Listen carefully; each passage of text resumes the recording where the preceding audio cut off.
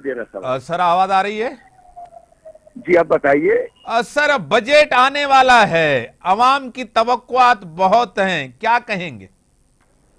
हर साल की तरह तवक्कुआत जो है वो आवाम की फिर टूटेंगी।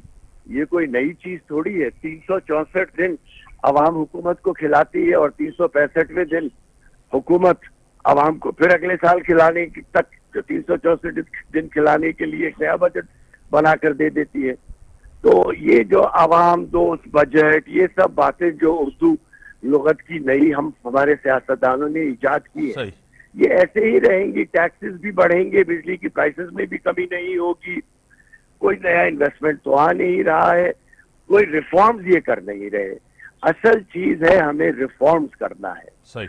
हमें इंपोर्ट एक्सपोर्ट में रिफॉर्म्स करना है, हमें टैक्सेस में रिफॉर्म्स करना है, हमें इंडिजिनस इकोनॉमी को बेहतर करने के लिए रिफॉर्म्स करने हैं, हमें फॉरेन डायरेक्ट इन्वेस्टमेंट को थोड़ा बहुत लेकर आने के लिए उसमें रिफॉर्म्स करने हैं। आपने किसी बजट में कोई रिफॉर्म सुना है आज तक? 14वां साल है मेरा पाकिस्तान में और 14 साल से मैं हर टीवी प्रोग्राम पे जाकर देखता हूँ, हर साल बजट में कोई मुझे रिफॉर्म्स नजर नहीं आते।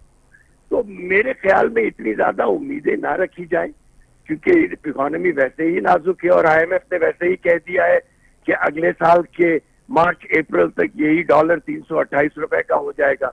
ये तो आईएमएफ ने अपनी रिपोर्ट में लिखकर कहा है।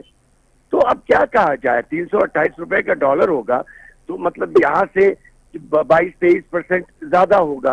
22-23%, 25% ज्यादा के ऊपर फिर बिजली की प्राइसेस भी वैसे ही ऊपर जाएंगी, सही। अशिया खुर्दोनोश की प्राइसेस भी वैसे ही ऊपर जाएंगी, हर चीज की प्राइस ऊपर जाएगी।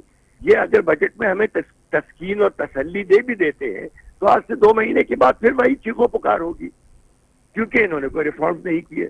अमीर साहब, आपको पता है कि आईएमएफ का जिन्होंने भी प्रोग्राम लिया है, जहां भी आईएमएफ गया है वहां की इकोनॉमी मजबूत तो नहीं हुई। एक चीज, हम तो एक तो आईएमएफ के पास बार बार जाना, और जिस तरह आपने कहा कि एक्सपोर्ट जब तक नहीं बढ़ती, दो, और दूसरा एनर्जी क्राइसिस जो हमारे पास है, जो आपको पता है एक टैरिफ है एनर्जी का, यानी कि बिजली का, वो हद से ज्यादा है। किस तरह इन्वेस्टमेंट होगी, क्या कहेंगे? देखिए, सब में पहले तो ये जो बिजली का क्राइसिस है ना, एनर्जी का क्राइसिस जिस मुल्क में हो वहां पे प्रोडक्टिविटी कम हो जाती है। सही। और जहां प्रोडक्टिविटी कम हो जाए वहां एक्सपोर्ट का तो सवाल ही नहीं होता। आज से 30 साल पहले हमारे पास सिर्फ वापडा था जो पूरी एनर्जी की चीजों का मामलात को हैंडल करता था। अब पता नहीं 23-24 डिस्कोज हैं, फिर जेनकोज हैं। हम 17, 18, 19, 20 सेंट्स पर यूनिट के ऊपर बिजली ले रहे हैं। हम हाइड्रल पे बिजली नहीं लेते, हम सोलर पे बिजली नहीं लेते। कारखाने पूरे दिन धूप के दौरान चलते हैं, बेहतरीन टाइम है उनको सोलर पे कन्वर्ट करने का।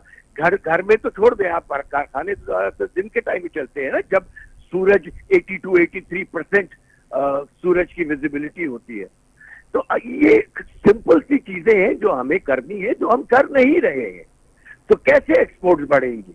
एक्सपोर्ट बढ़ने के लिए उसकी प्रोडक्टिविटी, सही, उसकी कॉस्टिंग, जो हमारे उर्दू में कारोबारी जबान में कहते हैं कि वारे में तो आए। हाँ। इनके बारे ही में नहीं आता है कि ये कंपेटिटिव एज क्रिएट करें एक्सपोर्ट के लिए। एक्सपोर्ट मार्केट में तो कंपेटिटिव एजेस जो होते हैं वो आपको आगे लेकर जाते हैं, सिर्फ प्राइस आपको आगे लेकर नहीं जाती। ये एक आम फहम सी बात है इकोनॉमी के अंदर, जो पाकिस्तान में गलत तरीके से समझाई जाती है कि जी हमारी एक्सपोर्ट जो है सस्ती है। सस्ती एक्सपोर्ट से कुछ नहीं होता, सही। क्योंकि अगर क्वालिटी अच्छी नहीं